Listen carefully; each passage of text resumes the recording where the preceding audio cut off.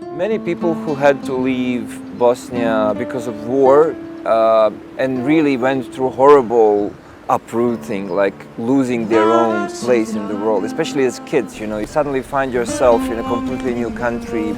Music really helped them to reconnect, and to somehow reclaim their own identity.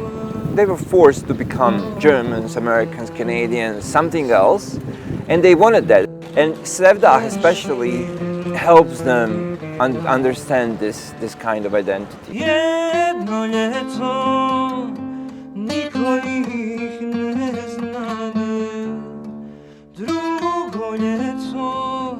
Sevdah music is a combination of many things. It's quite old, at least some of its parts are quite old. Musically, it's a combination of Eastern influences from Ottoman Empire, also Slavic different kinds of melodies, and also European melodies and instruments that came to Bosnia at the end of 19th century.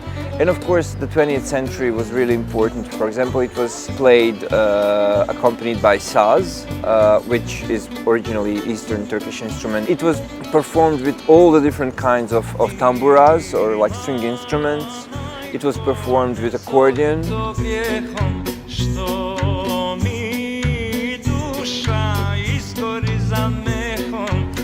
Well, of course, Sarajevo changed a lot in the last 20-30 years. It was the city that endured the longest armed siege in the 20th century, for sure, in Europe. So it's left tremendous influence. We are here now at this beautiful walking area that was basically a first line. It changed, I think, a lot an identity of people. It changed life stories, it changed culture, it changed economy, and also paradoxically created quite a good time for Sevdah to reappear, because people were nostalgic about older times where things were more secured, when lives were and economy was more secured. So nostalgia, this melancholy, is something that Sevdah actually works with. Sarajevo, podno Trebevića, u tebi je sinje more priča. In order to do something in this world, you have to take this tradition and do something that's your own with it. That's how I started, I love Sevdah tradition, and I loved many different ways of its interpretation. And in my family, my grandfather, his sister, my father, my older brother, they were all musicians, and I knew this music when I was growing up. I would feel fake if I only had continued what they did, or other Sevdah singers did. So I definitely wanted to give it my own twist, And I think that we are witnessing some kind of a rebirth of a genre with many different performers doing it in many different ways.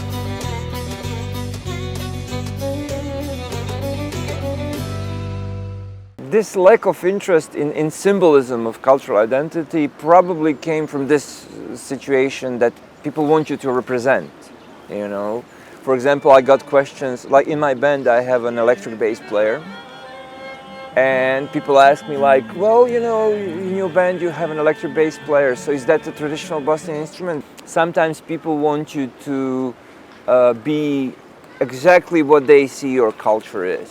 If you say that you're, I don't know, Muslim, you have to behave as their own version of Muslim. If you say that you're Christian or Jew, they want you to purport to their own vision of what this musician or this person is. Even though, for example, India is such a huge country with so many people living there, the West, they constantly expect, either Bollywood or sitar players coming from India. East does that to the West, and West does that to the East. So it's a funny game we play.